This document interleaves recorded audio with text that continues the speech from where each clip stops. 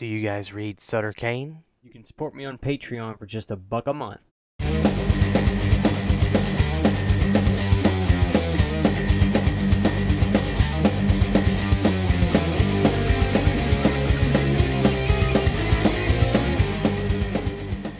Ladies and gentlemen, Christian Hanahar here, man. The credits are still rolling in the living room, and I am so freaking pumped up at In the Mouth of Madness. I can't believe I've gone 26 years of life without ever seeing this movie. I'm gonna say this right now. To me, this is John Carpenter's third best movie he's ever made. The Thing, Halloween, and then In the Mouth of Madness. In the Mouth of Madness, this great movie that Scream Factory just put out for us. I really hope that this release gives this movie the credibility, the new audience it so deserves, because it definitely got a new fan today. In the Mouth of Madness, the story about this legendary horror writer named Sutter Kane, who makes these compelling horror stories that get to people and they affect their physical outbeings. And there's this man in this movie played by Sam Neill, a great actor. And Sam Neill is this private investigator, and then all of a sudden this company says, we're trying to find our author, Sutter Kane. He's missing. We got this new book coming out. We got the new movie. We can't find the guy. And goes out searching for this man. And there's this movie supposed to be coming out called In the Mouth of Madness. And he gets attacked by, and he's in a cafe. He gets attacked by what's supposed to be Sutter Kane's manager, and the guy axes through the window. A visually great movie. Basically, what ends up happening is they go to try to find this guy, and the reality of Sam Neill's character's life becomes the book In the Mouth of Madness.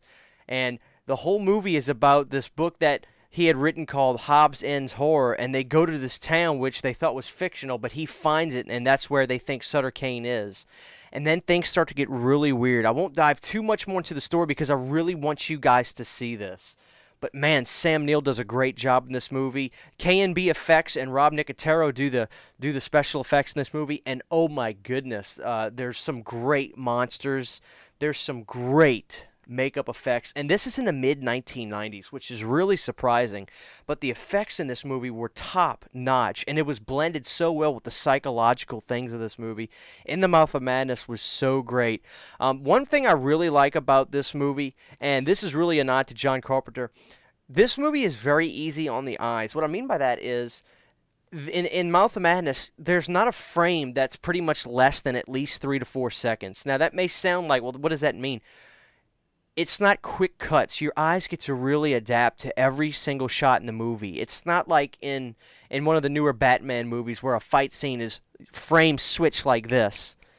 Every scene is really thought out. Every shot is purposeful, and it's stretched out, and there's a lot of zooming in and out and stretching frames. A great movie for your eyes more than anything.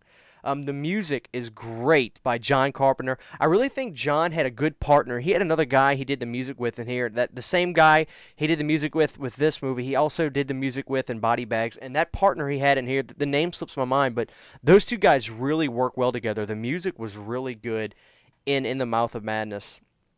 You got a stellar cast all the way around. There's not a bad actor in this movie.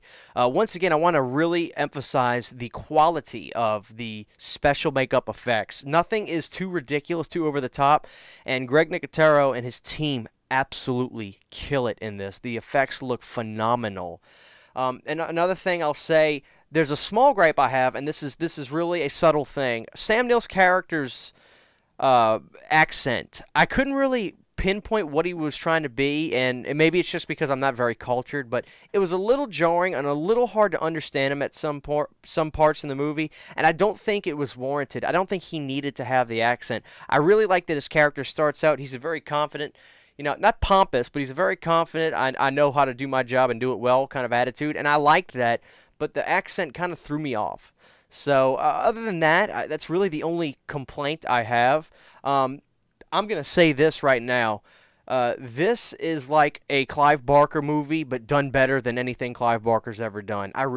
This movie is phenomenal. You have to check out In the Mouth of Madness. And, you know, this was after Jurassic Park, and Sam Neill doing this movie after Jurassic Park is pretty cool.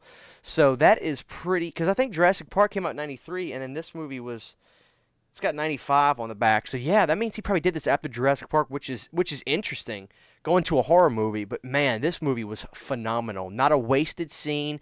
It's got a really nice pace. Nothing drags, and it's almost like visual wise, it's almost like in the Lords of Salem. You get some really, really interesting scenes with really just like weird scenarios, but nothing straight gets too weird for you to be like, okay, this is getting ridiculous. It never crosses that point. It rides a fine line and rides it well. I give In the Mouth of Madness 5 out of 5 stars. I think it's really that good of a movie, and getting the Scream Factory Blu-ray is definitely the way to go when watching this. It's interesting. I bought the Laserdisc of this movie a long time ago, and when it came into me, one of the sides of the disc was cracked, and I was like, oh well, I paid $6 for it. I'm not going to send it back. And I never did watch it, and I'm finally seeing it now, and this movie just blew me away. So, top to bottom, In the Mouth of Madness is a phenomenal movie, and I would recommend it to any horror fan or anybody that out there right now. Go check out In the Mouth of Madness. That's going to be it for this video, guys. Don't do a whole lot of reviews, but when it's something I really love, I gotta tell you guys about it, and this movie blew me away. So check it out, In the Mouth of Madness. Do you read, Sutter Kane?